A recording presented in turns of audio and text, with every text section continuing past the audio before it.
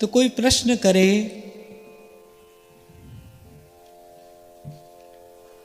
कि ये जो इस श्री हरिवंश नाम की इतनी महिमा आप गाते हो,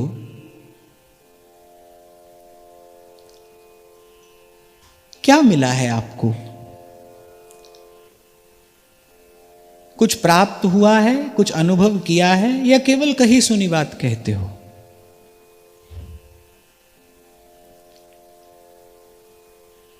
तो उत्तर है कि ये अपना अनुभव है, और अनुभव सबसे बड़ा प्रमाण है। अनुभव को फिर किसी अन्य प्रमाण की आवश्यकता नहीं है। ये अपना अनुभव है कि जो स्थिति, जो प्राप्ति अन्य अनेक अनेक साधनों के दीर्घकालीन अनुष्ठानों के बाद भी नहीं हुई, वो प्राप्ति हमको इस नाम के आश्रय से शनह शनह सहज हुई। क्या प्राप्ति हुई, क्या मिला? तो हरिवंश नाम का सबसे प्रथम प्रसाद है निष्काम मति। जो अन्य साधनों के देर तक अनुष्ठान करने पर भी नहीं मिला, वो इस नाम के आश्रय से हमें सहज में मिला। आपसे अगर कोई पूछे ना, इस नाम की महिमा क्या है, क्या देता है ये नाम? यद्यपि सेवक जी ने स्पष्ट किया है, प्रेम मूल यह नाम है। क्या देता है ये नाम, क्या मिलता है इस नाम के जप से, इस नाम के आश्रय से क्या प्राप्त करते हैं? क्या मनोकामना पूर्ण हो जाती है? नहीं, कामना पूर्ण नहीं होती, कामना नष्ट हो जाती है। मुझसे अगर कोई पूछे, और आप जानते हैं कि मैं व्यासपीठ पर हूं तो एक शब्द भी मैं मिथ्या नहीं कह सकता। मुझसे यदि कोई पूछे कि क्या अनुभव है आपका, इस नाम के आश्रय से क्या पाया है आपने, क्या स्वयं अनुभव किया है, तो सबसे पहली बात है वो है सब सोहित निष्काम मति, मति की निष्कामता। यद्यपि ये घटना धीरे धीरे घटी और अद्यावधि घट रही है। मैं कई बार आपको कहता हूं ना, भाई कोई यहां तक ले आया है हमें, हम तो कहीं और थे, हम तो संसार की गलियों में भटक रहे थे, संसार की आशा से संसार को ही देख रहे थे। बार बार निराश होते हुए, हताश होते हुए, उदास होते हुए भी हम देख संसार को ही रहे थे, क्योंकि उसके अतिरिक्त कुछ और भी है ये जानते ही नहीं थे। आप और मैं गाते हैं, हटाकर विषय पंख को धीरे धीरे प्रियालाल के प्रेम सर में नवाया, महारंक को प्रेम साधन लुटाया, उन्हीं व्यास नंदन की जय बोलते। तो फिर कोई प्रश्न कर सकता है कि कामना का नाश तो हरिनाम जपने से होता ही है, फिर ये क्यों कहते हो कि जो हरिनाम जगत शिरोमणि सो वंश बिना कबहू नहीं लई हो? कामना का नाश तो हरिनाम जपने से भी होता है। चेतो दर्पण मार्जनम भव महादावाग्नि निर्वापणम श्रेयः कैरव चंद्रिका वितरणम विद्यावधू जीवनम आनंदांबुधि वर्धनम प्रतिपदम पूर्णामृतास्वादनम सर्वात्मस्नपनम परम विजयते श्री कृष्ण संकीर्तनम। हरिनाम जपने से भी कामना नष्ट होती है। फिर आप ये क्यों कहते हो कि जो हरिनाम जगत शिरोमणि वंश बिना कबहू नहीं लई हूं? हरि के स्थान पर हरिवंश कहने का ही आग्रह क्यों है?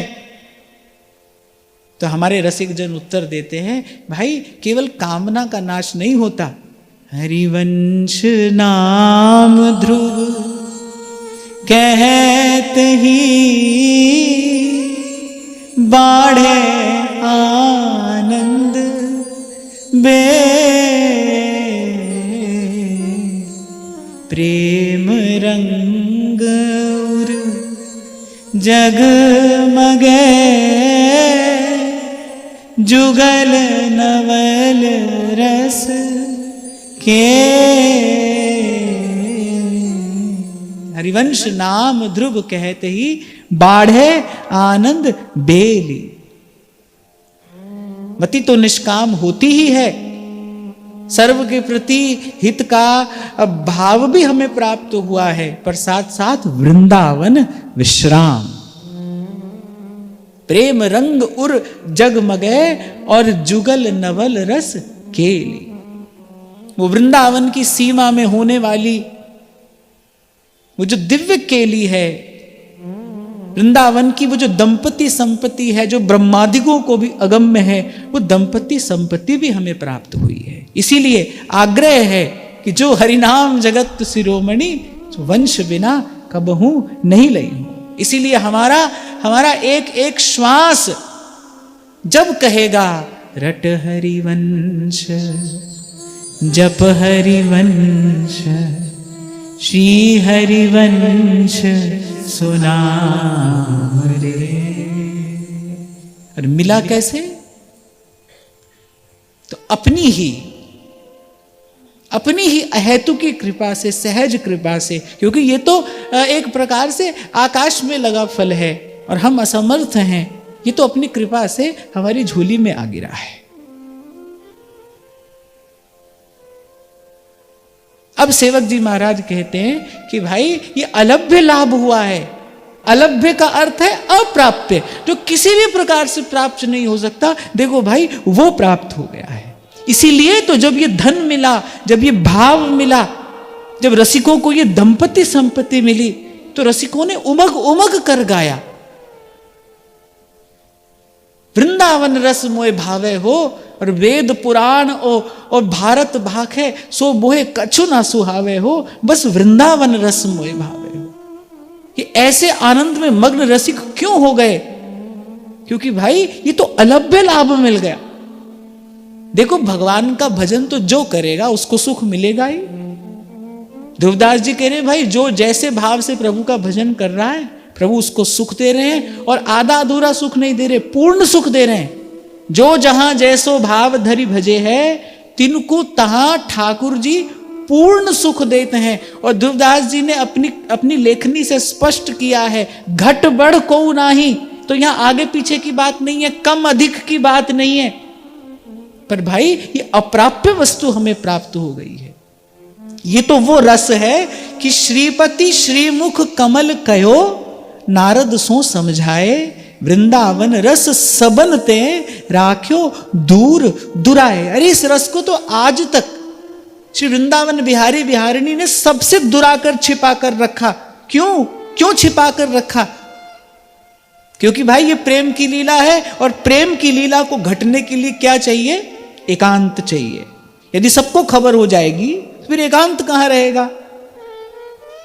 उस एकांत को बनाए रखने के लिए वृंदावन रस सवन तय राख्यो दूर दुराए। और देखो क्या क्या कृपा हुई, कैसी कृपा हुई कि एकाएक, न कोई हेतु न कोई प्रयोजन, एकाएक इस घोर कलिकाल में वंशी का प्राकट्य हो गया, और उस वंशी ने इस रस का दान अस्मदादि जीवों को कर दिया। इसीलिए सेवक जी महाराज कह रहे हैं, श्री व्यास नंदन नाम को अलभ्य लाभ जानिए। इसीलिए मैं कई बार आपको कहता हूं, भाई हमको श्री जी से कृपा मांगनी नहीं है, हमको तो श्री जी की कृपा मनानी है। हमें ये नाम मिल गया, हमें ये धाम मिल गया, हमें राधा वल्लभ लाल मिल गए, हमें श्री चरणों की सेवा मिल गई। धन्य धन्य धन्य तेज इनके उपासी हैं।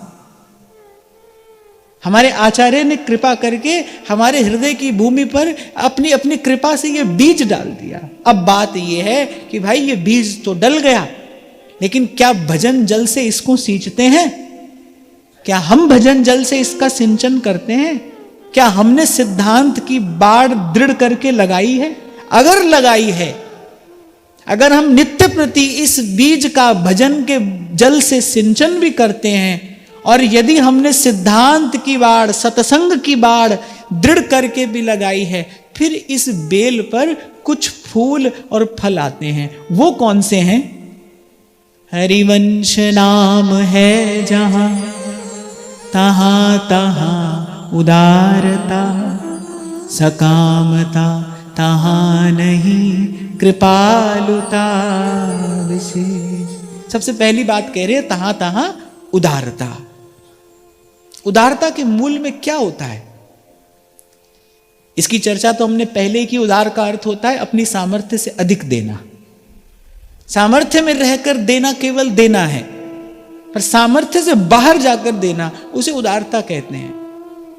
उदारता के मूल में क्या है, माने कहां से आती है ये उदारता, कैसे प्राप्त होती है उदारता? उदारता के मूल में अगर कुछ है ना तो वो केवल प्रेम है। मैं आपको बताता हूं। आप बड़े थके हैं, बड़े श्रमित हैं, आपको भूख लगी है, लेकिन आप इतने श्रमित हैं कि अब उठकर भोजन बनाने की इच्छा नहीं है।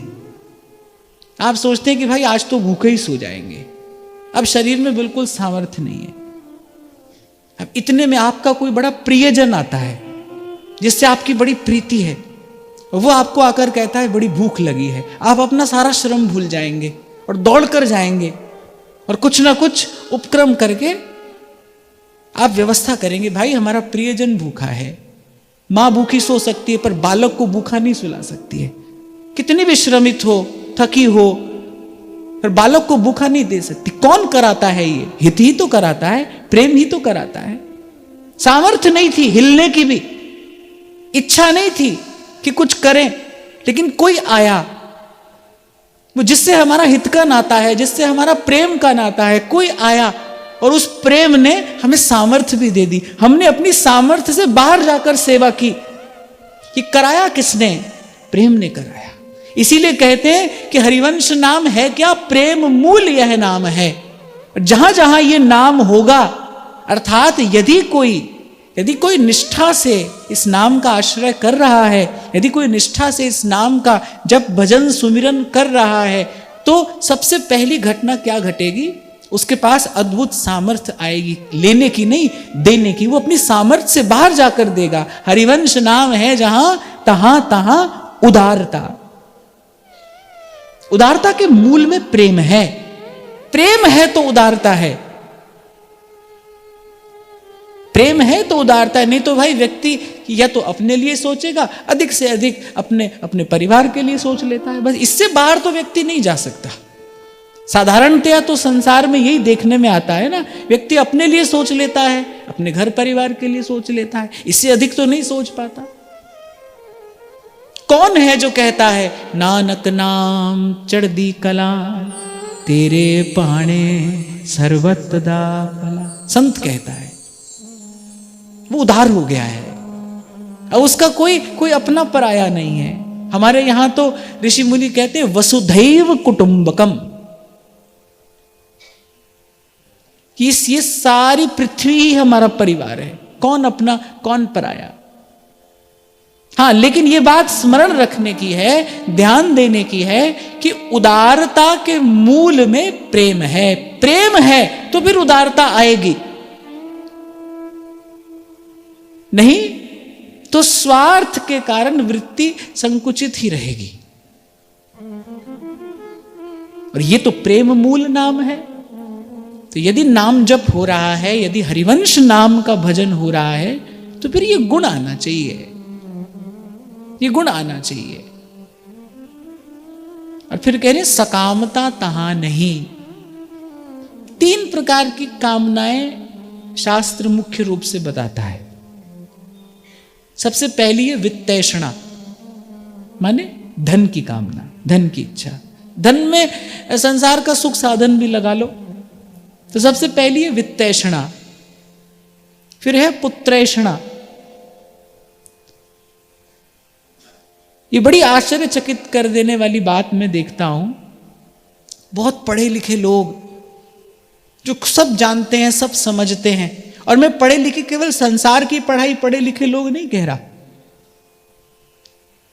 माने जो शास्त्र आदि भी जानते हैं, जिनको धर्म का भी ज्ञान है, ऐसे ऐसे लोग भी मैंने देखे हैं। पर पुत्र तो चाहिए, वो जैसी प्रसन्नता पुत्र होने पर होती है वैसी प्रसन्नता कन्या के होने पर नहीं होती। ये बड़े दुख की बात है, ये बड़े खेद की बात है कि आज भी अपने अपने आप को इतना विकसित कहने वाला मनुष्य और आज भी ऐसी विचारधारा रखता है। पर ये क्या है? ये अनादिकाल से चली आई हुई एक वृत्ति है। इसको पुत्रेषणा कहता है शास्त्र। अच्छा, इसके मूल में क्या है? ऐसा ही क्यों चाहता है व्यक्ति? ऐसा क्यों चाहता है कि पुत्र ही हो? इसके मूल में क्या है? केवल अपने अहंकार का पोषण। पूछो वे क्यों चाहिए पुत्र? बोले हमारा वंश कैसे चलेगा? अब ये कितनी मूर्खता भरी बात है, ये कितनी जड़ता भरी बात है। किसका वंश? आत्मा का तो कोई वंश होता नहीं। और ये हार्ड मास का शरीर, अरे अपनी 4 पीढ़ी पहले के व्यक्ति का नाम पूछ लो तो खबर नहीं होती और व्यक्ति कहता है मेरा वंश चलेगा। ये सब क्या है? इसी को महापुरुष अविद्या कहते हैं, इसी को महापुरुष अज्ञान कहते हैं। और इसी में बंद कर जीव जाने कैसे कैसे पाप कर्म करता चला जाता है। तो 3 प्रकार की कामना शास्त्र बताता है। पहली है वित्तैषणा, फिर है पुत्रेषणा और फिर है लोकैषणा। लोकैषणा किसे कहते हैं? माने संसार में मेरी बड़ी मान्यता हो, मेरी बड़ी प्रतिष्ठा हो, ये लोकैषणा है। और ये लोकैषणा ऐसी है कि वित्तैषणा और पुत्रेषणा से तो व्यक्ति बच निकलता है। कंचन तजनो सहज है, सहज त्रिया को ने। संत कहते हैं कि लोकैषणा ऐसी है कि इससे तो साधु भी नहीं बच पाता, इससे बचना बड़ा कठिन है। यह गुण साधन ते नहीं हुई। वित्तैषणा से बच जाएगा, पुत्रेषणा से बच जाएगा, और उन दोनों से बचकर आता है फिर ये लोकेषणा आगे खड़ी होती है, जिसको व्यास जी कहते हैं व्यास बढ़ाई लोक की, कुकर की पहचान। इसका त्याग व्यक्ति नहीं कर पाता है। तभी तो व्यास जी कहते हैं जिनको इस नाम का धन मिला, जिसको इस नाम का रस मिला, वो क्या कहते हैं? अरे रसिकन की गारी भली सो मेरो सिंगार, व्यास बढ़ाई लोक की मेरे मन धिक्कार। रसिकन की गारी भली सो मेरो सिंगार। अब आप देखो, मैं देखूं, हम देखें, है हमारी ऐसी स्थिति? लोकेषणा भीतर बैठी है ना। हमको चाहिए भाई सब हमें अच्छा कहें, सब हमें भला कहें, सब हमें अच्छाई माने, भलाई माने। बुरा सुनना, निंदा सुनना किसको अच्छा लगता है? पर सेवक जी कह रहे हैं जहां ये नाम है, जहां इस नाम का प्रकाश है, जहां इस नाम का रस है, वहां पर इस निष्कामता का दर्शन होगा। वहां पर ना लोकेषणा होगी, ना पुत्रेषणा होगी, और ना वहां पर वित्तैषणा होगी। वो हृदय निर्मल हो जाएगा इस नाम के प्रभाव से।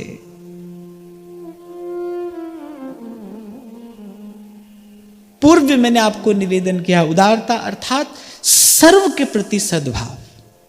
अपने प्रति, अपने परिवार के प्रति तो प्रत्येक व्यक्ति रखता है, पर हमको ये नाम मिला है, हमको ये अलभ्य लाभ मिला है, तो हमारे जीवन में उसका कोई परिणाम भी आना चाहिए ना। दयया सर्वभूतेषु निष्कामता संतुष्ट्या येन केन वा। मैं फिर आपको कहूं भाई, भजन का जो रस है वो वही प्राप्त करेगा जिसके हृदय में कोई किंतु परंतु नहीं रह गया है।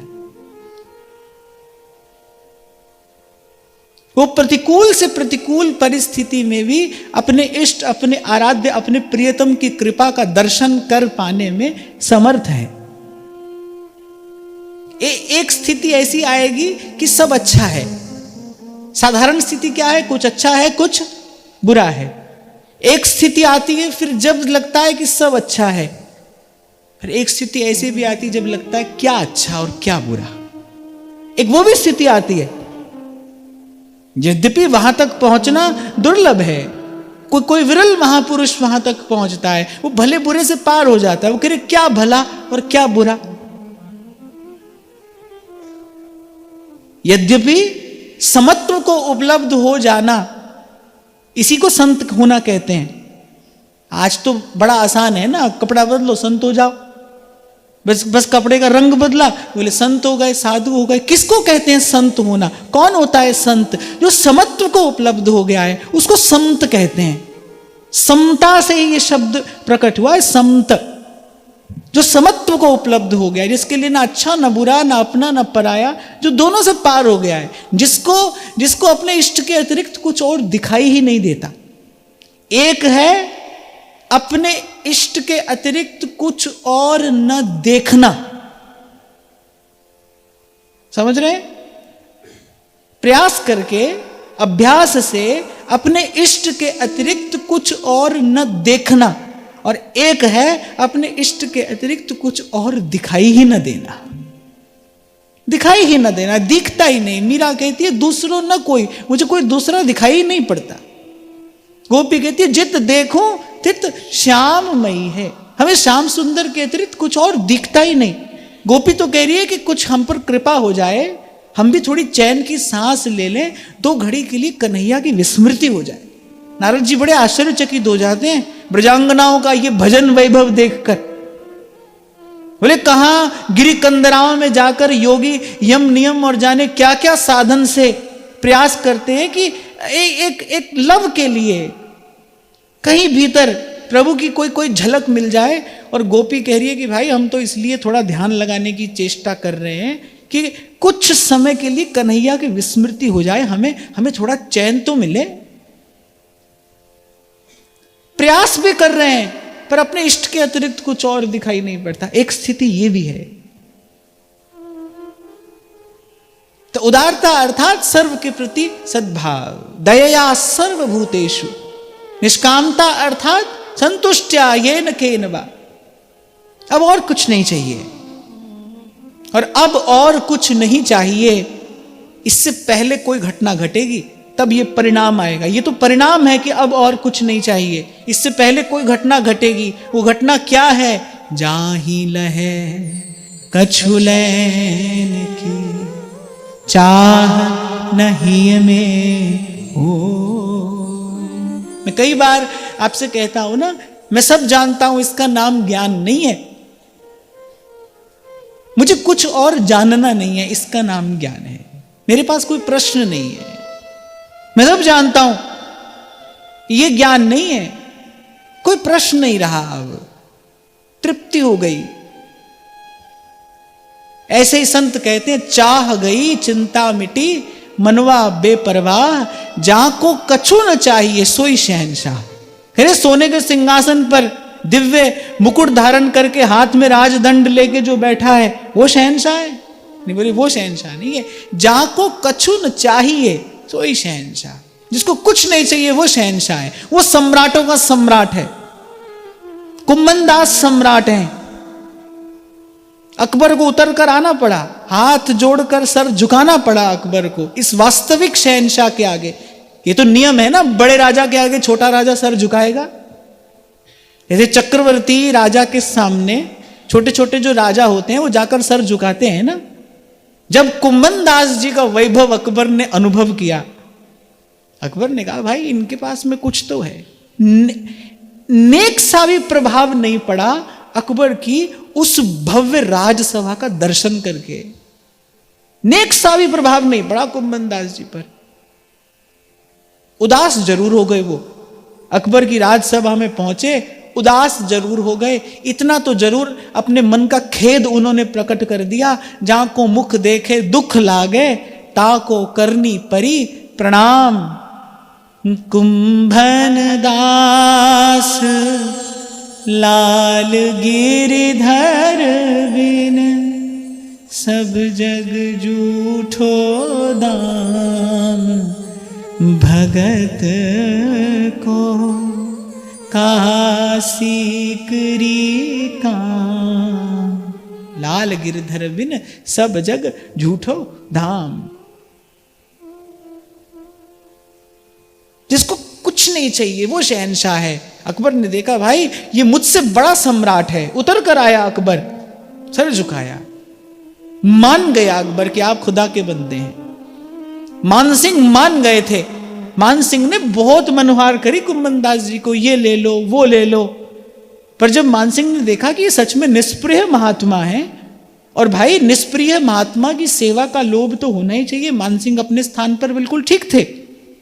कोई निष्प्रिय साधु मिले तो उसकी सेवा का लोभ तो होना ही चाहिए। भाई कोई सेवा ये हमसे स्वीकार कर ले। एक बात मैं लगे हाथ आपको और बताऊं, भाई बड़ी कृपा होती है प्रभु की जब कोई निष्काम निष्प्रिय महात्मा आपसे सेवा स्वीकार करता है। मैं कई बार आपको कहता हूं ना, साधु लेता नहीं, साधु तो लेकर भी आपको देता है। दिखाई पड़ रहा है कि वो ले रहा है, पर वस्तुतः वो ले नहीं रहा, वो दे रहा है आपको। वो सेवा करने का वो अवसर आपको दे रहा है। वो एक सेवा आपके अंतःकरण की शुद्धि करा देगी, आपको प्रभु के 2 पग और निकट ले जाएगी। तो उसने लिया या दिया? संसार की वस्तु देकर अगर कोई आपको प्रभु के 2 पग निकट लेकर जा रहा है ना भाई, तो वो ले नहीं रहा, वो तो दे रहा है आपको। तो मानसिंह अपने स्थान पर ठीक ही थे। ऐसा निष्प्रिय महात्मा देखा, भाई कोई ना कोई सेवा मुझे करके ही जाना चाहिए। संस्कारी राजा था।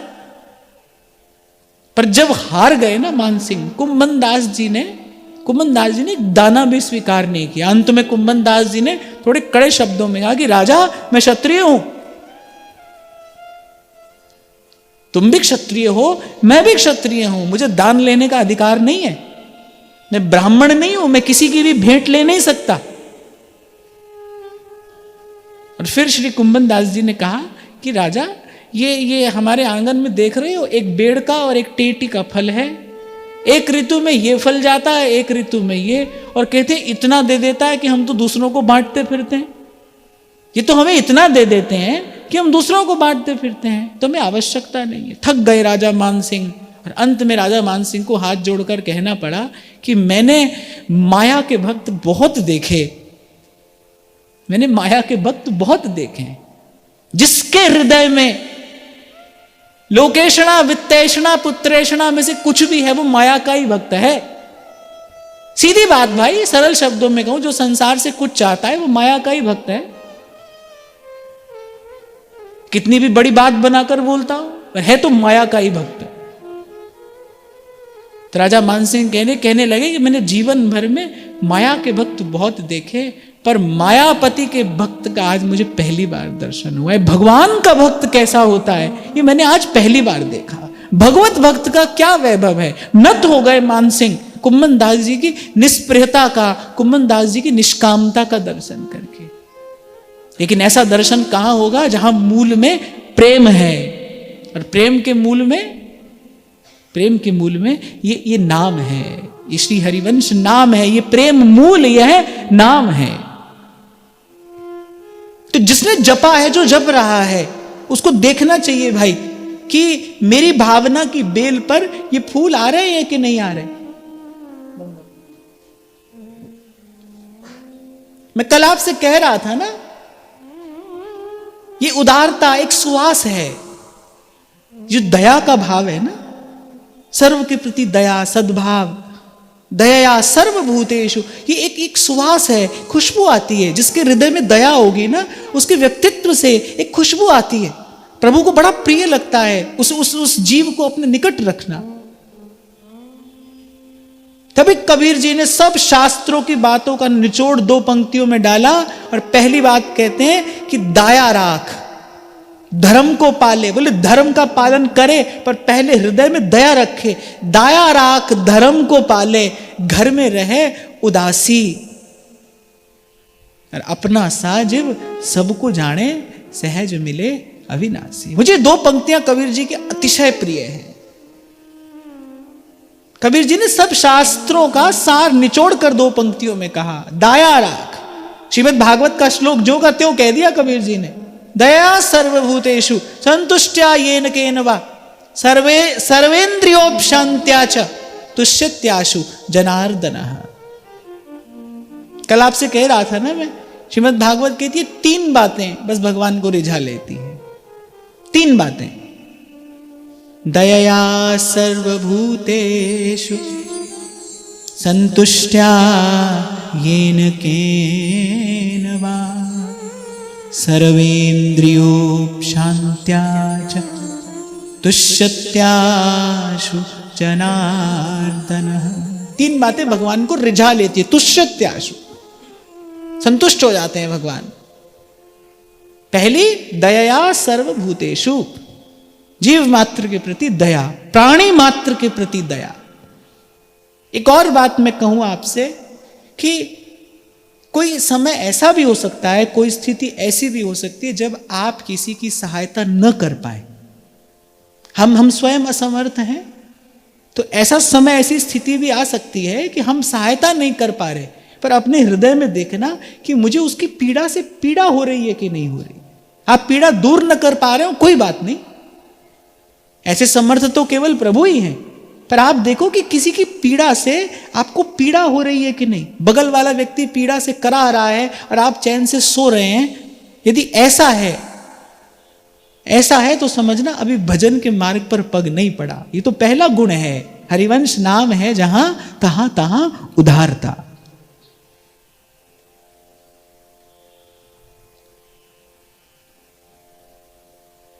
तो कह रहे दया सर्वभूतेषु, और फिर कह रहे निष्कामता, अर्थात संतुष्ट्या येन केन। अब कुछ और नहीं चाहिए, अब कुछ और नहीं चाहिए। जो प्रभु की इच्छा होगी वो मिलेगा, जो प्रभु की इच्छा होगी वो रहेगा, जो प्रभु की इच्छा होगी वो चला जाएगा। कई बार आपसे मैंने निवेदन किया, आप भजन करिए, जो आवश्यक होगा आपके लिए, जो आपके लिए उचित होगा वो आपके जीवन में रह जाएगा, जो अनावश्यक और अनुचित होगा वो भजन की कृपा से चला जाएगा। आप क्या क्या पकड़ पकड़ कर, चुन चुन कर निकालेंगे। ये नहीं खाना, ये खाना, ये नहीं पहनना, ये पहनना है, इस झंझट में आप मत पड़िए। आप तो नाम जपिए, आप तो जब जब सुध आए, जब जब चेत हो, तब तब नाम जपिए, नाम जपिए, नाम जपिए। रट रसना दिन रैन। जिस मार्ग पर आपको मुझे चल के जाना है ना, उस मार्ग पर किसी को साथ लेकर चलने की व्यवस्था नहीं है, कुछ साथ लेकर नहीं चला जा सकता। अगर आपको अनुमति है, नाम का दीपक हाथ ले चलिए बीहड़ बाट। जो अनुभवी जन है ना, वो कह रहे हैं, जो चल कर गए हैं उस रास्ते पर, वो कह रहे हैं भाई बीहड़ बाट है। बीहड़ माने घना, घनघोर अंधकार, भूल भुलैया, कहां पग धरते हैं, कहां रखा जाता है, ऐसा मार्ग है वो। कैसे जाना है? नाम का दीपक हाथ ले। ये मेरा बड़ा दृढ़ विश्वास है, मैं इसी विश्वास, इसी भरोसे से यहां तक आया हूं। जो नाम जप रहा है, गुरु की आज्ञा पाकर जो नाम जप करता है, उसको पूरा मार्ग दिखाई पड़े न पड़े मैं नहीं जानता, अगला पग कहां रखना है, इतना प्रकाश नाम की कृपा से अवश्य होता है, अवश्य होता है। और जो जप ही नहीं रहा है, उससे बात ही क्यों करनी है? जो नाम जप कर ही नहीं रहा है, उससे मुझे बात करनी ही क्यों है?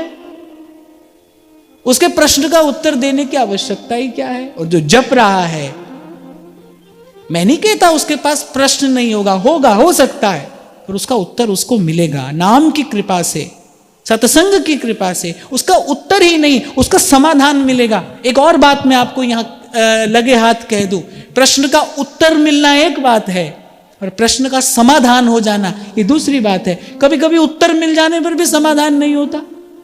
आपने प्रश्न पूछा, लो मैंने उत्तर दे दिया, आपको लगा कि नहीं भाई बात बनी नहीं, क्या लाभ हुआ? पूछना बताना व्यर्थ गया ना। पर सत्संग उत्तर नहीं देता, सत्संग तो समाधान कर देता है।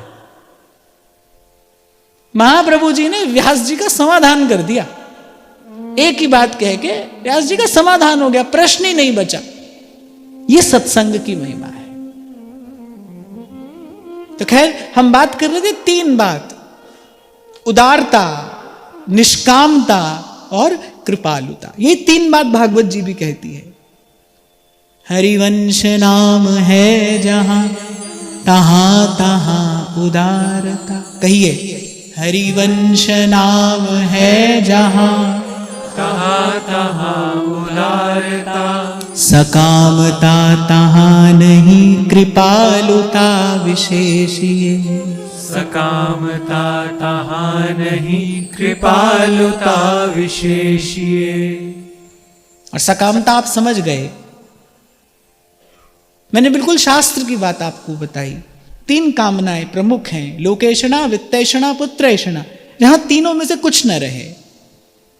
और फिर कृपालुता, अभय, दान, ये सबसे बड़ा दान है।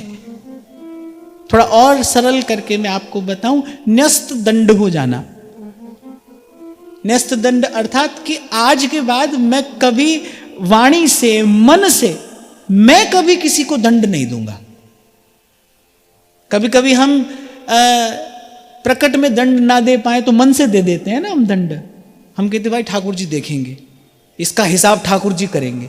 ये तो कहना सभी को आता ही है, कह ही देते हैं हम, मन ही मन कह ही देते हैं, अरे वो देख रहा है, वो सब जानता है, वो देख रहा है। ये सब क्या है? ये यही है, ये हिंसा ही है, ये मन से की जाने वाली हिंसा है। जब आप कहते हो ना वो देखेगा, वो सब जानता है, ये क्या है? ये मन से की जाने वाली हिंसा है। पर यहां कह रहे कृपालुता, जहां ये नाम है, जहां इस नाम का वैभव प्रकट होगा, वहां पर कृपालुता है। वो कहेगा कि सारे संसार के सारे प्राणी मुझसे निर्भय हो जाएं।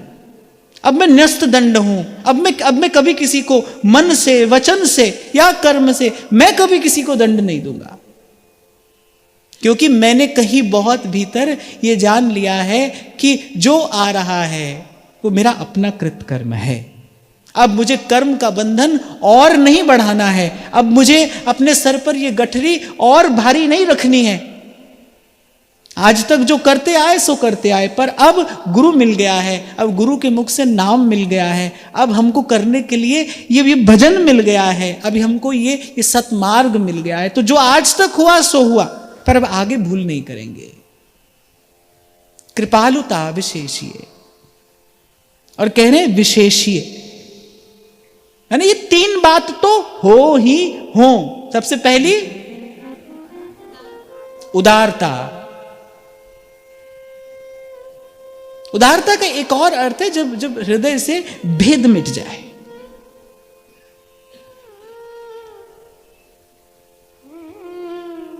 आप दे रहे हैं पर अपने पराये का विचार करके नहीं दे रहे हैं, जब भेद मिट जाए। और हमने तो भाई संसार में अगर ऐसा किसी को देखा तो संतों को ही देखा, संतों को ही देखा हमने ऐसा। यद्यपि कभी कभी ऐसे किसी जन का भगवत कृपा से दर्शन होता है,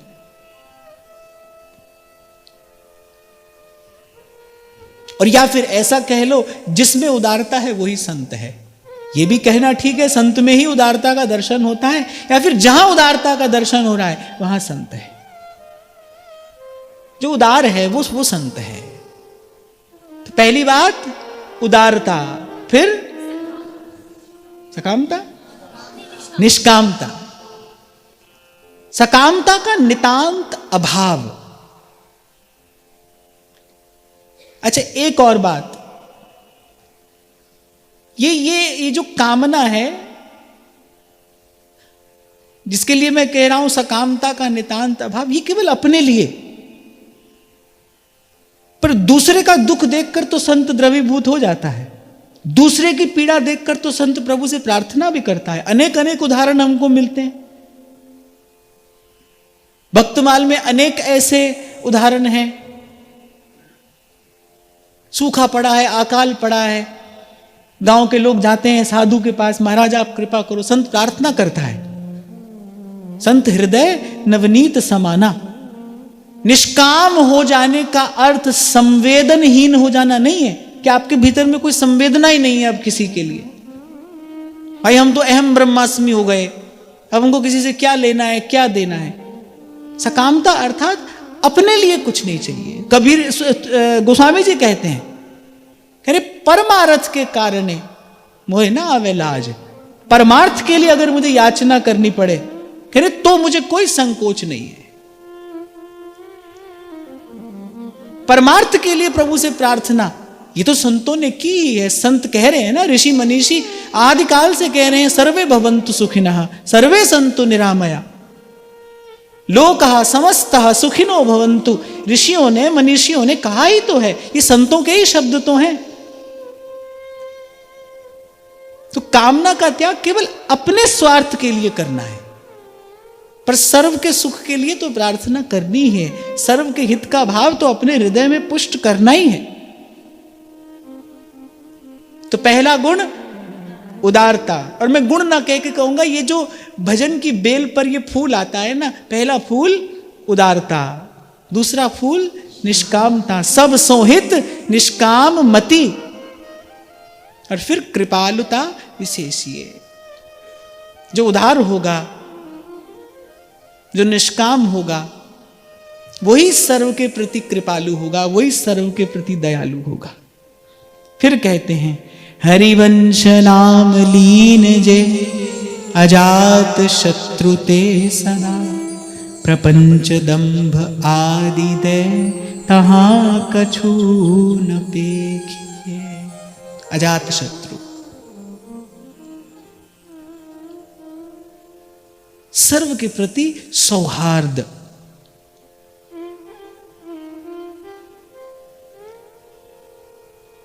कल भी मैंने आपको निवेदन किया ना कि आप समर्थ हो, किसी ने आपका अपकार किया, अपमान किया, आप समर्थ हैं, आप दंड दे सकते हैं, दे दीजिए, देकर देखिए क्या मन शांत होता है, क्या दंड देकर मन को विश्राम मिलता है। आपने दंड देकर अनुचित किया, क्यों अनुचित किया? क्योंकि जो मिला वो तो अपने प्रारब्ध से मिला था, इसमें कोई व्यक्ति वस्तु कारण नहीं था। हम इस रहस्य को समझ नहीं पाए और हमने दंड दिया, और दंड देकर हुआ क्या? अपने मन की अशांति और बढ़ी, अपने मन का कलुष और बढ़ा। शांति तो क्षमा के ही आसपास रहती है, क्षमा और शांति ये बिल्कुल निकट निकट रहते हैं। शांति जो है वो क्षमा के ही आसपास रहती है। तो श्री सेवक जी कह रहे हैं, भाई जिसका मन प्रेम मूल इस हरिवंश नाम में लग गया है, रम गया है, बोले वो अजात शत्रु, उसका किसी से कहीं कोई वैर नहीं है, उसका कहीं किसी से कोई विरोध नहीं है, शुद्ध अविरुद्ध, न वैर न विरोध, अजात शत्रु ते सदा, प्रपंच दंभ आदि दे तहाँ कछु न पेखी। प्रपंच किसे कहते हैं? प्रपंच मिथ्या में ही बने रहना, मिथ्या सोचना, मिथ्या बोलना, मिथ्या की ही इच्छा करना, मिथ्या को प्राप्त करने के लिए ही प्रयत्न करना, मिथ्या के लिए ही सारा पुरुषार्थ करना, इसी का नाम प्रपंच है। आप देखो संसार का व्यक्ति क्या करता है, दिन रात पुत्र कलत्र घर दुकान, वो इसी में तो लगा रहता है।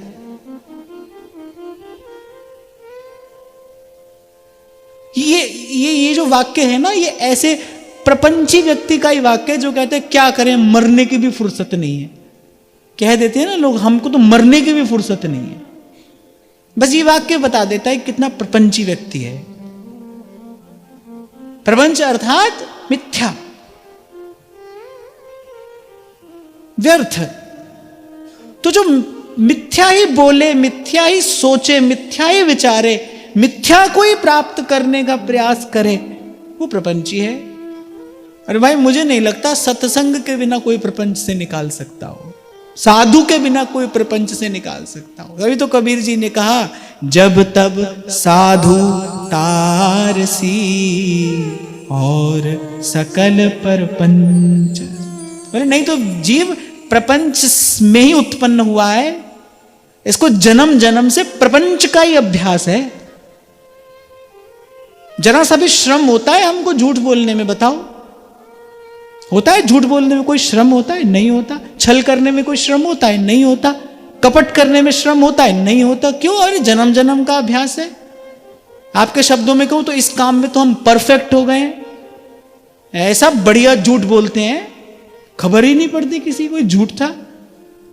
ऐसी सुंदर रीति से छल लेते हैं किसी को, खबर भी नहीं पड़ती किसी को। इतने कुशल हो गए हैं हम छल में, कपट में, छिद्र में। ये क्या है? जन्म जन्म का अभ्यास हो गया प्रपंच का। इसीलिए जब तब साधु तारसी, क्या सुंदर बोलन है कबीर जी की। बोले जब तब, आज या कभी। एक बात कान लगाकर सुनना, ध्यान लगाकर सुनना कि प्रपंच की निवृत्ति अगर हुई तो वो संत के ही हाथ से होगी। साधु ही कराएगा आकर, साधु ही निकालेगा इस कीचड़ से। जब तब साधु तारसी।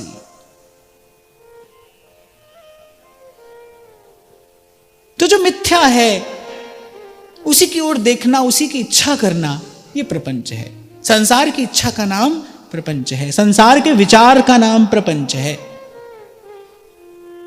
केवल घर में रहने से प्रपंच होता हो और घर छोड़कर कहीं किसी तीर्थ में वन में जाकर निवास करने से प्रपंच नहीं होता हो, ऐसा नहीं है। प्रपंच को समझना, संसार का विचार करना प्रपंच है, संसार की इच्छा प्रपंच है, संसार की वासना प्रपंच है। कहीं भी मन में आप संसार चाहते हैं, बस वो प्रपंच है।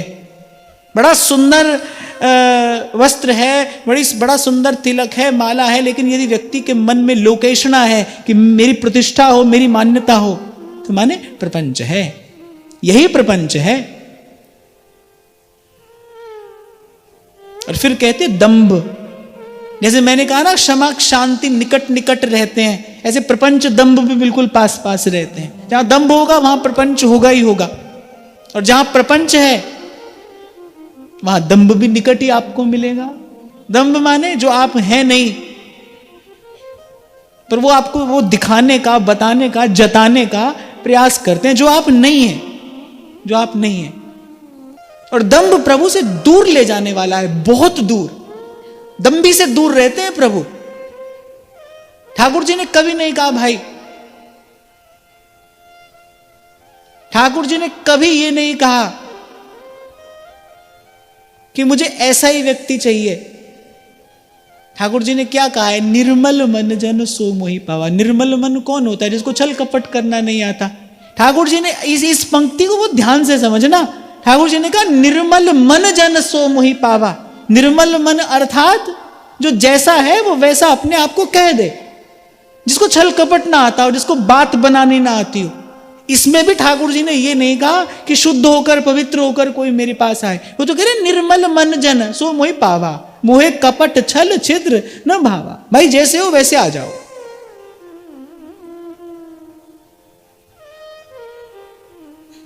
वो तो बैठे इसलिए हैं, उनका तो नाम ही पतित पावन है। वो तो है इसलिए कि कब कोई मैला कुचैला जीव सर्वाश्रय छोड़कर मेरे पास आ जाए और मैं अपनी एक कृपा दृष्टि से उसे धन्य कर दूं, कृतार्थ कर दूं।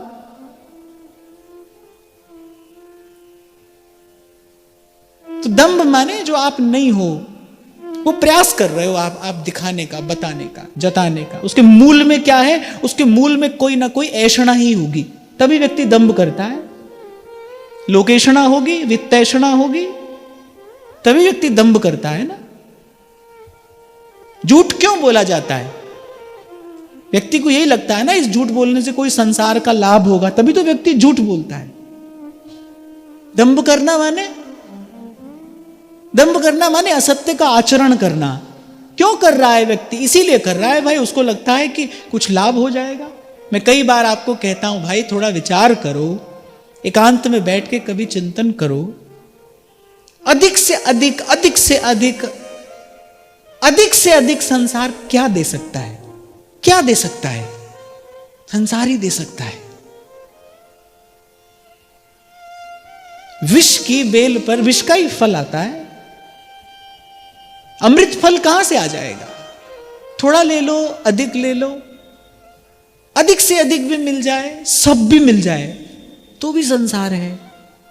संसार अर्थात जो आपको तृप्त नहीं कर सकता। सरल सा वाक्य है, संसार अर्थात जो आपको तृप्त ना कर सके, जो तृप्ति लाभ नहीं दे सकता कभी भी।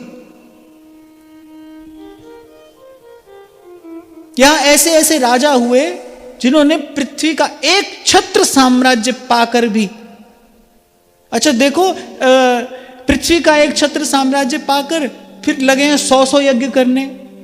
बोले अब हमको इंद्र का पद मिल जाए।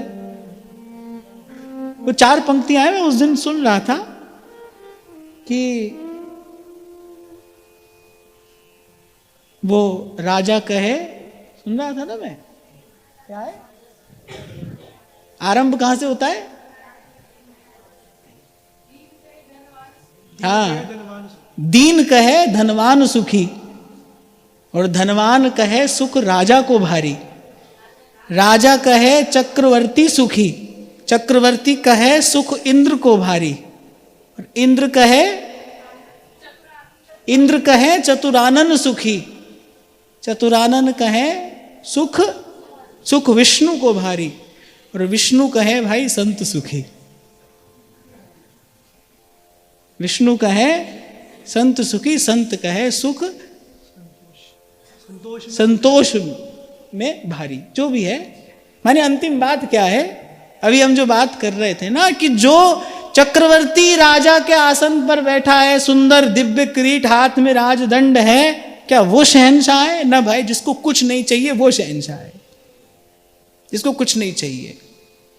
लौट जाना पड़ा त्रिलोकीनाथ को राका बांका के यहां से। भगवान देने आए, बोले नहीं हमको कुछ नहीं चाहिए, आपसे भी कुछ नहीं चाहिए, आपसे भी कुछ नहीं चाहिए। भगवान को लौट जाना पड़ा। तो ये संसार की कहानी ये है। निर्धन को लगता है धनवान सुखी है, धनवान का अपना रोना है, हमने वो भी देखा है। धनवान कहे सुख राजा को भारी, राजा सोचता है भाई छोटा राजा हूं, चक्रवर्ती के आगे सर झुकाना पड़ता है, राजा कहे चक्रवर्ती सुखी। अब जो चक्रवर्ती हो गए वो इंद्र के पीछे पड़े हैं, उनको लगता है सुख इंद्र को भारी। अब इंद्र सोच रहा है भाई हम ब्रह्मा जी होते तो क्या ही आनंद होता। तो संसार अर्थात जो तृप्ति न दे सके। तो इस संसार का विचार, इस संसार को प्राप्त करने की इच्छा, इसी का चिंतन, इसी के लिए प्रयास, इसका नाम प्रपंच है। और प्रपंच के निकट ही कहीं दंभ है, क्योंकि जो प्रपंच का विचार करेगा वो दंभपूर्ण आचरण करेगा ही करेगा। जिसकी दृष्टि में प्रपंच मूल्यवान है, जो संसार का बड़ा मूल्य समझता है। क्यों व्यक्ति लोकेशना करता है?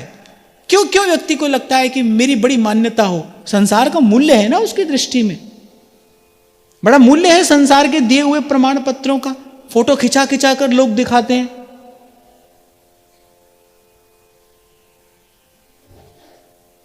लोग यहां वहां मैं देखता हूं फोटो खिंचा खिंचा कर दूसरों को दिखाते हैं, घर में बड़ी बड़ी फोटो लगाते हैं, इसके साथ उसके साथ। ये क्या है?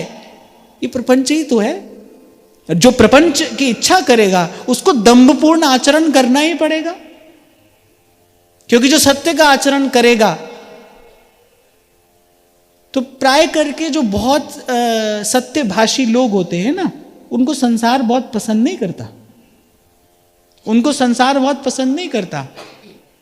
कबीर जी के लिए नाभाजी महाराज कहते हैं, मुख देखी नाही भनी। कबीर जी ने किसी के मन रखने के लिए कुछ नहीं कहा, इसलिए जब तक कबीर रहे तब तक यहां वहां से उन पर प्रहार होता ही रहा। जब कबीर रहे संसार में, तब यहां वहां से उन पर प्रहार होता रहा। वो जिस विचारधारा के विपरीत बोलते थे, वो जहां सत्य की बात करते थे, वहीं उनका विरोध होना आरंभ हो जाता था। तो अच्छी बात नहीं है कि सब आपको अच्छा समझें। ये भाव अगर आपके मन में है ना कि सब मुझे अच्छा समझें, ये अच्छी बात नहीं है। क्यों? क्योंकि ये आपसे प्रपंच कराएगा, ये आपसे दंभपूर्ण आचरण कराएगा। कोई आवश्यकता नहीं है इसकी कि सब आपको अच्छा समझें।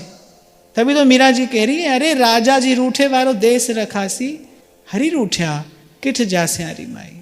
मुझे तो अपने श्याम सुंदर को रिझाना है, मेरे प्रभु रीझ जाएं।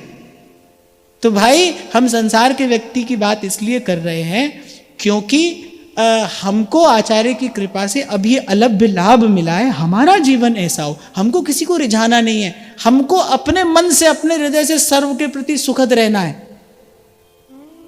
पर संसार को रिझाने का प्रयास नहीं करना है। यही प्रपंच और दंभ है। और कह रहे हैं कि हरिवंश नाम लीन जे अजात शत्रु ते सदा, प्रपंच दंभ आदि दे तहां कछु न पेखिए। इस नाम के आश्रित जो जन है, उसका जीवन तो इस प्रपंच और दंभ से रहित होना चाहिए। हरिवंश नाम जे कहे अनंत सुख ते लहे, दुराप्य प्रेम की दशा तहां प्रत्यक्ष देखी। और फिर कहते हैं भाई एक फल भी आता है इस पर, ये तो फूल है, ये उदारता, निष्कामता, कृपालुता, क्षमा, ये सब फूल हैं। एक फल आता है इस पर, अमृत फल आता है।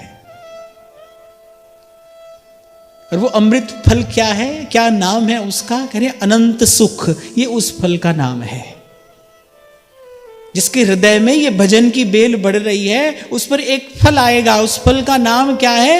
हरिवंश नाम जे कहे, कहिए, हरिवंश नाम जे कहे अनंत सुख ते लहे, दुराप्य प्रेम की दशा तहां प्रत्यक्ष देखे। दुराप्य प्रेम, जो बड़ी बड़ी कठिनाई से प्राप्त होने वाला जो प्रेम है, जो पंचम पुरुषार्थ है, उस प्रेम की दशा इस हरिवंश नाम के आश्रित जन में प्रत्यक्ष देखी जाती है। भोली सखी को देखा, श्री भोली सखी जी को देखा रसिक महानुभावों ने, वो दुराप्य प्रेम की दशा वहां प्रत्यक्ष देखी। श्री व्यास जी ने क्या देखा नवलदास जी में? जो व्यास जी अपना सब वैभव सब छोड़कर और नंगे पांव उसी समय नवलदास जी के पीछे पीछे वृंदावन चले आए। व्यास जी तो बुद्ध पुरुष हैं, क्या देखा उन्होंने? ये दुराप्य प्रेम की दशा प्रत्यक्ष देखी व्यास जी ने। भाई ये कैसा अद्भुत वैभव है, कैसे तीन लोक की संपदा को तुच्छ मानकर ये रसिक यहां बन की इस तरुलता के नीचे किस आनंद में मग्न है। क्या मिल गया है इसको ऐसा? व्यास जी उस आनंद को देखकर आनंदित हो गए। भक्त को देखकर आनंद होता है, ऐसा मैं आपको अपने छोटे से अनुभव से कह रहा हूं। संत होगा ना, उसको देखकर ही आपके मन में एक आनंद होगा, आपके मन में आनंद उमगेगा संत का दर्शन करके। जो मस्त है, मगन है, उसका दर्शन करने से मस्ती चढ़ती है। कबीर जी कह रहे देखत चढ़े और छुअत हिये लागे, सुरत किए तन देत घुमाई। नाम चढ़ी उतरे नहीं भाई, देखत चढ़े, संत को देखकर आनंद आता है। और छुअत हिये लागे, और थोड़ा संत का संग हो जाए तो फिर बात लग जाती है यहां।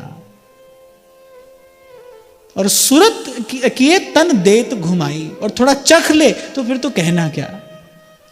नवलदास जी को देखकर व्यास जी आनंद में मग्न हो गए। व्यास जी ने कहा भाई हमने जीवन भर कितनी खींचातानी की, ऐसा आनंद तो नहीं मिला। आनंद का प्रमाण क्या है? अपना मन आनंद का प्रमाण है। व्यास जी को पता लगा भाई ऐसा सुख तो हमको कभी नहीं मिला, आज तक जो पाया वो तो इसके सामने नीरस है, क्षुद्र है, त्याज्य है, बस छोड़कर चल दिए व्यास जी। तो वही बात सेवक जी कह रहे हैं कि अनंत सुख ते लहे, इस बेल पर फल आता है, एक अनंत सुख का फल आता है। और दुराप्य प्रेम की दशा तहां प्रत्यक्ष देखिए, सोई अनन्य साधु सो जगत्र पूजिए सदा, सुधन्य धन्य विश्व में जन्म सत्य लेखी। सोई अनन्य साधु, अभी अभी आपको मैंने कहा अनन्य कौन है? अपने इष्ट के अतिरिक्त जो किसी अन्य को देखता नहीं, वो अनन्य नहीं। अपने इष्ट के अतिरिक्त जिसे कुछ और दिखता नहीं, वो अनन्य है। जिसे दिखता ही नहीं, जिसकी दृष्टि अपने आराध्य के रंग में ऐसी रंग गई है कि अब जित देखूं तित श्याममयी। लाली मेरे लाल की जित देखूं तित लाल, लाली देखन मैं गई मैं भी हो गई लाल। किस उमंग में कबीर जी ने ये दो पंक्तियां कही होंगी। लाली मेरे लाल की जित देखूं तित लाल। और लाली देखन मैं गई, मैं भी हो गई लाल। अब भीतर बाहर आंखें बंद हो या खुली हो, जित देखूं तित लाल। ये दुराप्य प्रेम की प्रत्यक्ष दशा है। और सेवक जी कह रहे हैं वही अनन्य साधु है। साधु की बात तो हम करते ही आ रहे हैं, जो समत्व को उपलब्ध हो गया है, सर्व के प्रति जिसके हृदय में दया है, जिसकी मति निष्काम हो गई है, जो यथा लाभ संतोष प्राप्त कर चुका है, जो शांत है, निर्वैर है, निरभिमान, निर्वैर, निरूपम, निष्कलंक, जो सर्वदा। और अनन्य अर्थात उसे उस इष्ट के अतिरिक्त कुछ और अब दिखाई नहीं पड़ता। ये अंतिम अवस्था है। अभी आपको मैं कह रहा था ना, एक अवस्था पहले ऐसी आएगी जब आपको लगेगा कि हाँ भाई ठीक है, सब प्रभु की ओर से आ रहा है तो सब ठीक है, बुरा भी अच्छा है, अच्छा भी अच्छा है। पर एक स्थिति ऐसी आएगी जब लगेगा ना अच्छा है कोई, ना बुरा है। जब कोई अच्छा नहीं है, कोई बुरा नहीं है। और वो बड़ी विचित्र, बड़ी अद्भुत, बड़ी विलक्षण दशा होती है चित्त की, जब द्वंद्व समाप्त हो जाता है। वस्तुतः प्रभु कृपा करे और भजन की कृपा से कभी आप यहां तक आकर देखें, ये सब यही रचाया, ये जीव का ही रचाया हुआ ये सब व्यवहार, ये सब प्रपंच है। अच्छा बुरा, क्या अच्छा क्या बुरा। पर शायद वाणी के पास ऐसी सामर्थ्य नहीं है जो इस भाव को समझाया जा सके। यहां तो पहुंचा जाता है, भजन करते करते चेतना पहुंच जाती है यहां आपको लगता है भाई क्या अच्छा है क्या बुरा है, किसे कहते हैं अच्छा, किसे कहते हैं बुरा, किसे कहते हैं सुख, किसे कहते हैं दुख। पर प्रेम ले जाता है आपको वहां जहां नहीं प्रेम वियोग। वहां तो एक ही दर्शन है, नील गगन से परे है मेरे सैया जी का गाँव। श्याम बने हैं राधिका, राधा हो रही श्याम। जब तक द्वंद्व दिखेगा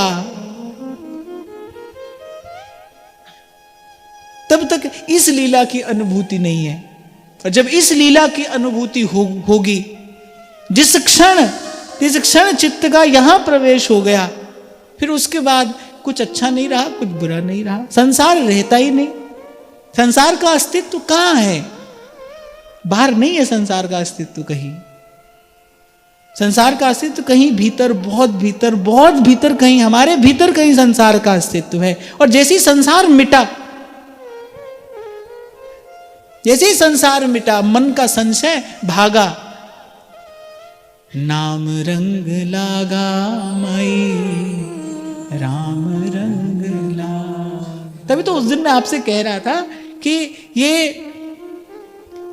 ये हमारा संप्रदाय, ये तुम्हारा संप्रदाय, ये जितने झगड़े होते हैं, मैं ऐसे बैठकर विचार करता हूं कि मैंने दो आचार्यों की पुस्तकों को कभी लड़ते नहीं देखा, जो लड़ते हैं उनको कभी पढ़ते नहीं देखा। जो भजन करेगा भाई, उसके लिए कोई प्रश्न नहीं है, उसके लिए कोई प्रश्न नहीं है। ये सारे झंझट किसके लिए हैं? जो भजन नहीं करता है, जिसकी बुद्धि प्रपंच में लगी है ना, रची बसी है। देखने में आता है भाई, जिसकी वृत्ति प्रपंच में है, वो संसार से उठकर यहां आकर बैठेगा तो यहां भी वो उसी प्रपंच का ही विस्तार करेगा। जैसे ही उसके पास में साधन आएगा, वो अपनी वृत्ति के अनुरूप उसी प्रपंच का विस्तार करेगा। ऐसे होते हैं कुछ लोग, वो दिन रात उसी खुराफात में लगे रहते हैं। अब क्या करें, क्या ना करें, कितना करें, कैसा करें।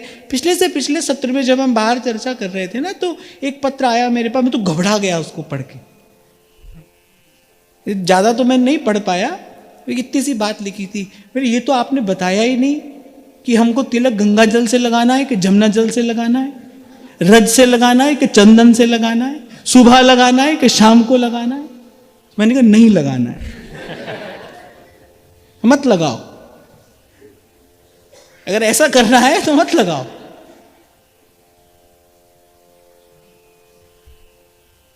वैसे आपको लगाना चाहिए तिलक। यहां पर आकर बैठते हो, तिलक का अर्थ क्या है?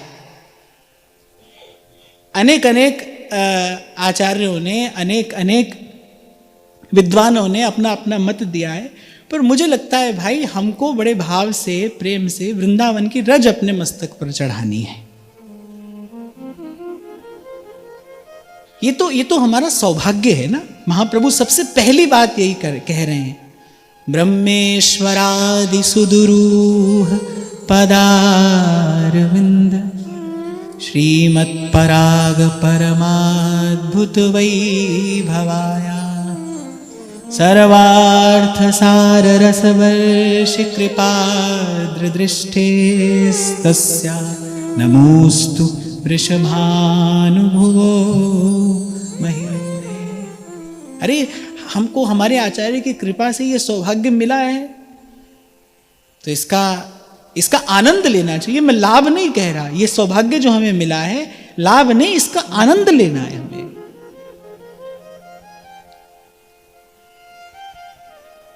कि तिलक नहीं तो श्री जी के चरण रज है, उसको मस्तक पर चढ़ाना है, शिरोधार्य करना है आदर से। अच्छा, इसकी बात तो ध्रुवदास जी ने भी कही, इसकी बात तो ध्रुवदास जी ने भी कही, ता पाछे रच पच करे सुंदर तिलक बनाए। रच पच करे, रच पच माने बड़े प्रेम से, बड़े भाव से, चाव से, भाव से भी और चाव से भी, ता पाछे रच पच करे सुंदर तिलक बनाए। सेवा में फिर जाना है। तो कल से भाई ऐसे किसी का मस्तक सूना नहीं दिखाई दे। यहां पर आप आते हो तो मस्तक पर श्री जी की चरण रज तो होनी चाहिए, यही हमारा सौभाग्य है। सौभाग्यवती जो माता होती है वो कोई और आभूषण धारण करे न करे, कम करे अधिक करे, पर उसके मस्तक पर सौभाग्य सूचक चिन्ह तो होना ही चाहिए ना, होना ही चाहिए। बस इसीलिए श्री जी के चरण रज हमारा सौभाग्य है और हमारे मस्तक पर ये सौभाग्य सूचक चिन्ह तो धारण होना ही चाहिए। खैर हम तो कोई और बात कर रहे थे, अच्छा है, अच्छी बात प्रकट हो गई।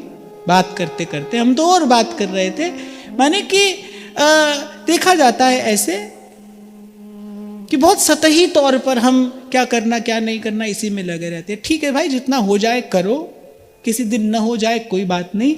मूल बात है श्वास श्वास सिमरे गोविंद, भजन नहीं छूटे भाई, नाम नहीं छूटे। हम मैले कुचैले पापी पतित जैसे हैं, योग्य अयोग्य जो हैं, हमको हमारे आचार्य की कृपा से अलभ्य लाभ मिल गया है। बस कोई भी श्वास बिना नाम के नहीं जाए। सोवत जागत रटू निरंतर, राधा राधा गाम। अब हो सकता है भाई कोई ये कहे कि पहले ये करो फिर भजन करो। मैं कहता हूं पहले भजन करो, सबसे पहले भजन करो। आप अपनी योग्यता मत देखो, आप भजन की ओर देखो, सतत भजन की ओर देखो। श्री जी के स्वभाव का विचार करो, उसी का आश्रय करो, नाम जपो, नाम जपो। हर दम हीरा लाल है, बस गिन गिन गुरु को सौंप। यही साधन भी है भाई, यही सिद्धि भी है, यही साधन भी है हमारा और यही हमारी सिद्धि भी है। अंत में यही हमें प्राप्त करना है। बाकी सब उपविधियां हैं, ठीक हैं, शोभा होती है मस्तक की तिलक से, कोई आपको देखेगा तो उसके मन में एक पवित्र भाव का उदय होगा, आपको देखकर, मस्तक पर तिलक देखकर। मैं तो कई बार आपसे पहले भी कहता था ना, हाथ में माला हो। मैं कभी जाता था, एयरपोर्ट पर बैठा होता था, तो ऐसे कभी लूँ नहीं लूँ, उस समय तो ले लेता था। नहीं तो क्या होता है, यहाँ वहाँ से कोई आएगा, आपके साथ फोटो करा ले, ऐसा कर ले, वैसा कर ले। हाथ में माला होती है तो व्यक्ति लगा रहता है, दूसरा व्यक्ति दूर रहता है, कम से कम आपसे प्रपंच की बात नहीं करता। आपके माथे पर तिलक होगा, आप व्यवहार में रहते हैं, आपके माथे पर तिलक होगा ना, तो कोई आपके हाथ में ऐसी वैसी खाने पीने की वस्तु नहीं पकड़ाएगा, आपके माथे पर तिलक देखकर। यानी ये जो हमारे आचार्यों ने हमें दिया है ना, ये क्या है, ये एक प्रकार से संसार को दूर रखने वाला है, संसार से बचाने वाला है। हाँ, पर साथ ही साथ मैं ये भी कह रहा हूं, किसी दिन किसी समय ऐसी कोई विधि न भी बन पाए, कोई बात नहीं, कोई चिंता नहीं है, पर नाम नहीं छूटे भाई। सब है रोग की औषध नाम, नाम नहीं छूटे, भजन नहीं छूटे, स्मरण नहीं छूटे। सेवक जी कह रहे हैं, जो ऐसा अनन्य साधु है, कह रहे उसी का ही इस जगत में, इस संसार में जन्म लेना सफल है, सार्थक है। धन्य सुतात धन्य सोमाई, संतत सकल सुनहु चित लाई। श्री हरिवंश प्रताप जस, सुधन्य धन्य विश्व में जन्म सत्य लेखी।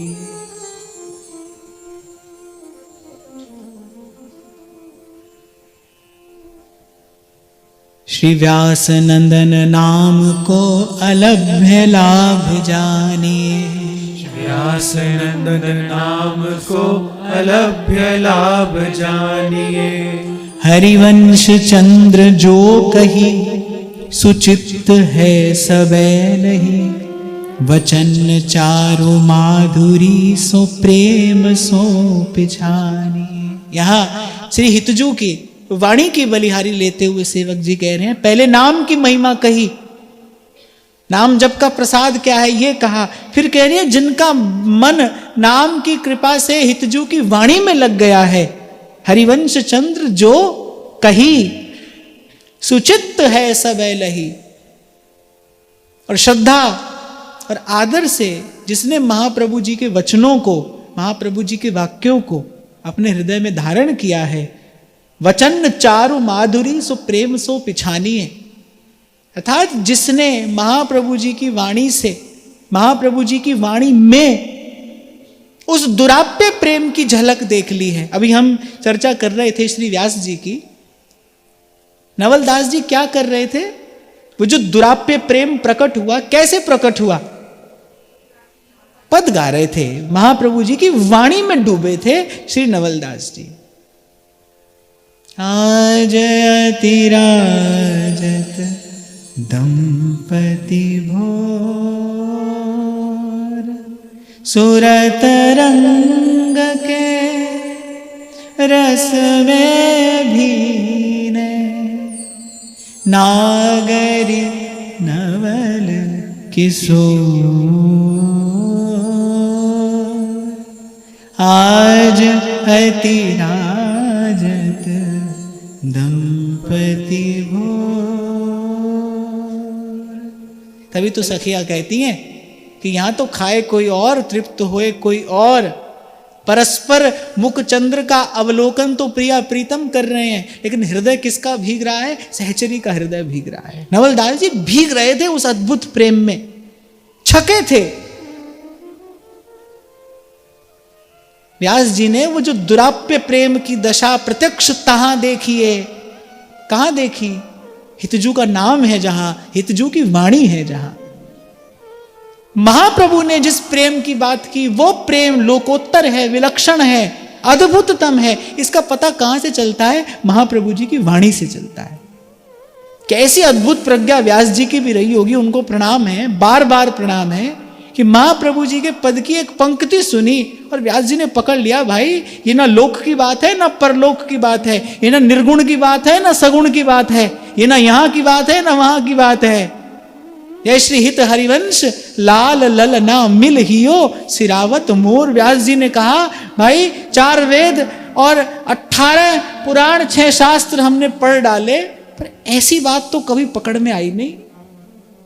ये तो कुछ अद्भुत बात है, और केवल अद्भुत बात नहीं है, उस बात की बात प्रकट हो रही है। प्रेम के वो दिव्य सात्विक भाव नवलदास जी के देह पर प्रकट हो रहे हैं। यही देखकर तो व्यास जी न्यौछावर हो गए। तो सेवक जी कह रहे हैं ये अलभ्य लाभ है, हरिवंश नाम का ये अलभ्य लाभ है। इस अद्भुत प्रेम की जो माधुरी है, इसका स्वाद चखने को मिल जाता है। सुने प्रपन्न जे भय अभद्र सर्व के गए, तिन्हें मिले प्रसन्न है न जाति भेद मानी। कह रहे जो सुनकर शरणागत हो गया है, जो शरण में आ गया है, द्वंद्व दोष जो सब घटे, भक्ति हित जे शरण आए।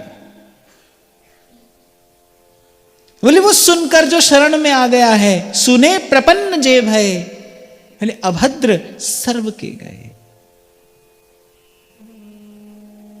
उसके जन्म जन्मांतर की अग्राशी, उसके सब दूषण समाप्त हो जाएंगे, वो निर्मल हो जाएगा, वो रस रूप हो जाएगा। प्रिया जी के रूप की महिमा यही है ना, जो वाको देखे है जाई सो रूपवंत है जाए।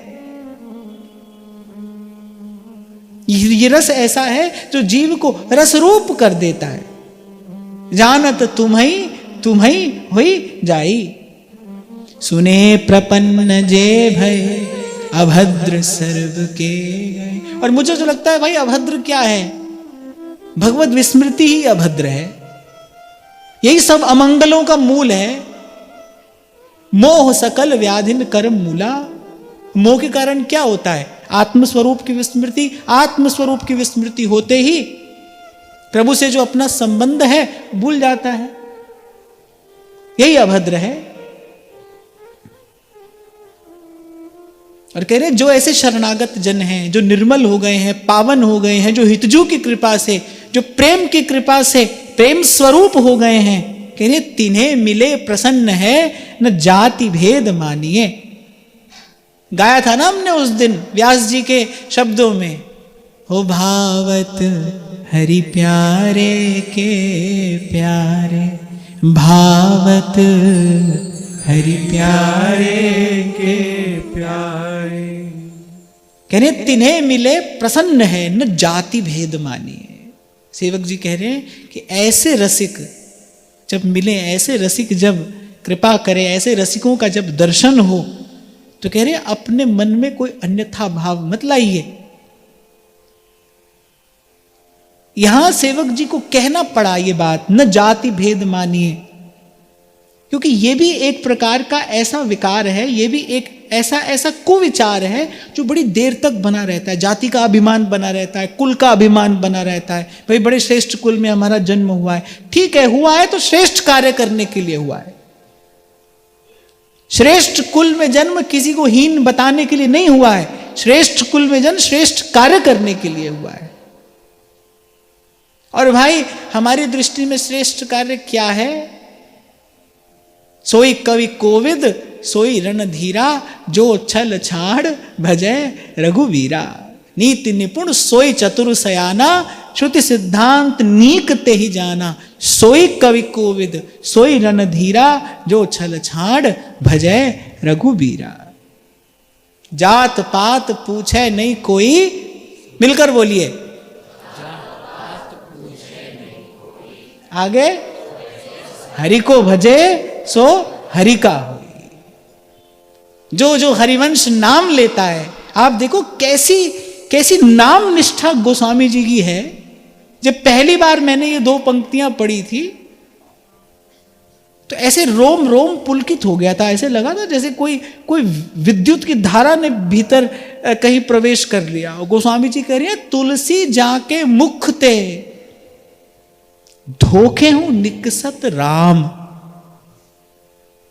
और गोस्वामी जी की वाणी जो है वो तो वेदवाणी के समान है, प्रमाणिक। कहने तुलसी जाके मुख ते धोखे हूं निकसत राम, वाके पग की पग तरी मेरे तन को चाम। आके पग की पग तरी मेरे तन को चाम। तो यहां सेवक जी कह रहे जो हितजू का भजन करते हैं, सुने प्रपन्न जे भय अभद्र सर्व के गए, तिन्हें मिले ऐसे रसिक यदि मिले तो प्रसन्न है न जाति भेद मानिए। यानी उस समय अपनी संकुचित बुद्धि के कारण कुछ अनुचित व्यवहार न कर बैठना, क्योंकि ऐसे रसिक कृपा जो करें तो हमसे सेवक निस्तरें। ऐसे रसिक कृपा करेंगे तभी हमारा मार्ग खुलेगा। जिनके जाने जानिए युगल चंद सुकुमार, सुभाग लाग पाई हूं प्रशंस कंठ लाई हूं, सिराय नैन देख के अभेद बुद्धिमानी। श्री सेवक जी कहने सुभाग लाग पाई हूं प्रशंस कंठ लाई हूं, उनके चरणों की धूल अपने मस्तक पर लगाऊं, उनको अपने हृदय से लगा लूं, मेरे नेत्र शीतल हो जाते हैं। हरिवंश नाम का जो भजन करते हैं उनका दर्शन करके मन प्राण तृप्त हो जाते हैं। ऐसे रसिकों का संग करके फिर कह रहे अभेद बुद्धि आनी है, अर्थात उनमें और प्रियालाल में भेद नहीं है, यानी अभेद बुद्धि आनी है। भक्त और भगवान में अभेद है।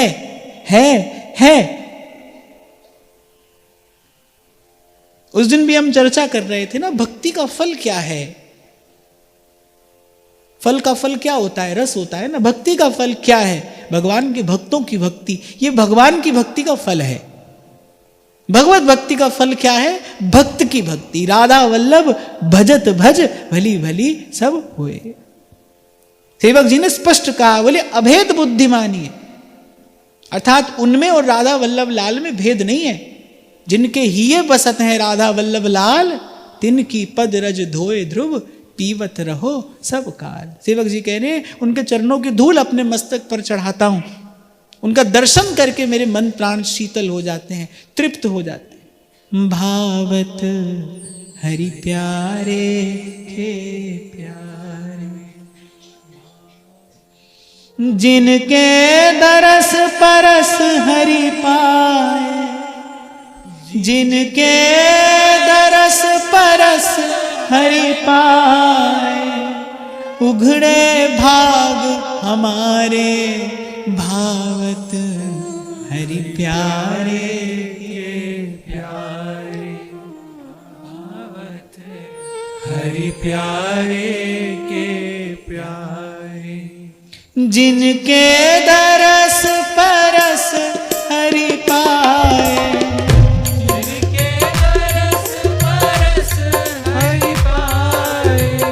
जिनके दरस परस हरि पाए, जिनके दरस परस हरि पाए, उघरे भाग हमारे भावत हरि प्यारे के प्यारे, भावत हरि प्यारे के प्यारे। दूर भय दुख दोष हृदय के, दूर भय दुख दोष हृदय के, दूर भय दुख दोष हृदय के, दूर भय दुख दोष हृदय के, कपट कपाट उघारे भावत हरि प्यारे के प्यारे, भावत हरि प्यारे के प्यारे। ये अविचल सिद्धांत है कि जब तब साधु तारसी। आज हमने प्रपंच की जो ये व्याख्या यहां कही सुनी, और इस प्रपंच का हमको जन्म जन्मांतर का अभ्यास है। प्रपंच में ही जीव की स्थिति है। और इस प्रपंच का निस्तार अगर कभी किसी युग में किसी काल में हो सकता है, सेवक जी कह रहे हैं ना, ऐसे रसिक कृपा जो करें तो हमसे सेवक निस्तर है, जब तब साधु कारसी।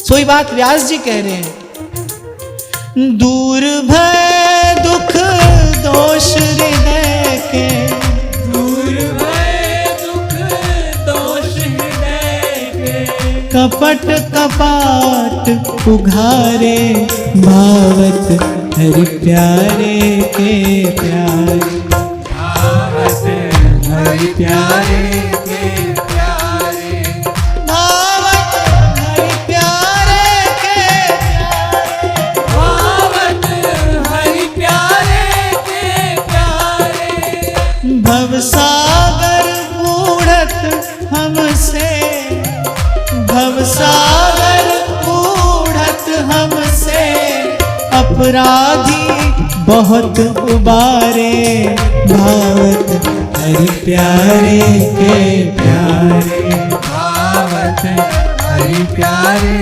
के प्यारे, भावत हरि प्यारे के प्यारे, भावत हरि प्यारे के प्यारे, सुख मुख वचन रचन गह कोटिक, सुख मुख वचन रचन गह कोटिक, बिगड़े व्यास सुधारे, भावत हरि प्यारे के प्यारे, भावत हरि प्यारे के प्यारे, भावत हरि प्यारे के प्यारे, भावत हरि प्यारे के प्यारे, भावत हरि प्यारे के प्यारे।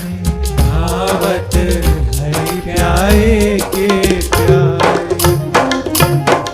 और अपनी भक्ति वेली को सुफल उसी दिन जानना चाहिए जिस दिन ऐसी वास्तविक स्थिति हो जाए, माने संत को देखकर ऐसा ही आनंद हो, सिराए नैन देख के और अभेद बुद्धि आनी, ऐसे ही मन प्राण शीतल हो जाए संत का दर्शन करके। और संत का दर्शन ऐसा है ही भाई, संत के दर्शन का यही फल है कि त्रिताप से तप्त जो ये जीव है कि कुछ क्षण के लिए ही सही पर विश्राम पा जाता है। सच्चे संत की शरण में बैठ मिले विश्राम, तपा हुआ जीव आता है। और जैसे किसी पथिक को, श्रांत पथिक को एक वट वृक्ष की सघन छाया में बैठकर सुख मिलता है ना, ऐसे ही ऐसे सच्चे संत की शरण में बैठ मिले विश्राम, तन मन प्राण शीतल हो जाते हैं संत को देखकर, जिनके दरस परस हरि पाए। कृपालु है सुभाखी है, धर्म पुष्ट राखी है। अब सेवक जी महाराज कहते हैं उनकी महिमा क्या है, कहते कृपालु है सुभाखी है, जो बार बार हित की बात सुनाते हैं। सेवक जी ने अष्टम प्रकरण में भी कहा ना, जो हरिवंश को धर्म सिखावे सोई तो मेरे प्रभु ते प्रभु भारी, जो हरिवंश को नाम सुनावे तन मन प्राण ताकि बलिहारी। कह रहे कृपालु है सुभाखी है और धर्म पुष्ट राखी। श्री सेवक जी, श्री ध्रुवदास जी यदि अपने मुख से इन वाक्यों से इन सब भावों का उच्चारण नहीं करते